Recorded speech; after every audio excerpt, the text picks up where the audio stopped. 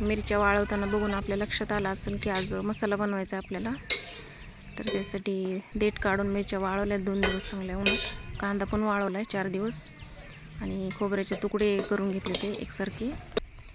तर कांदा सुरुवातीला आपल्याला भाजून घ्यायचा आहे. धने पण भाजून घ्यायचे. ते थोडं थोडं तेल वापरायचं आपल्याला.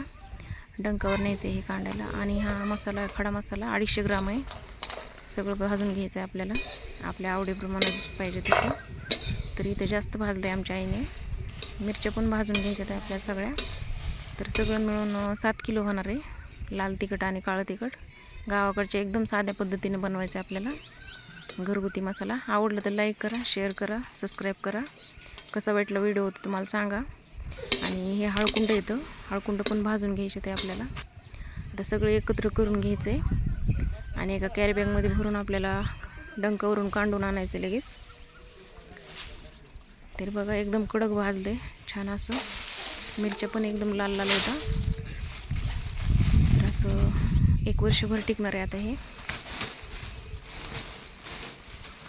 आवडलं तर सांगा.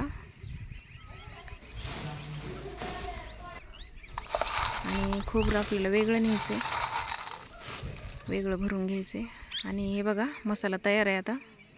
एकदम त्याला तेल सुटलं आहे. लाल तिखट पण आहे. एकदम छान कलर आला आहे. आवडलं तर सांगा.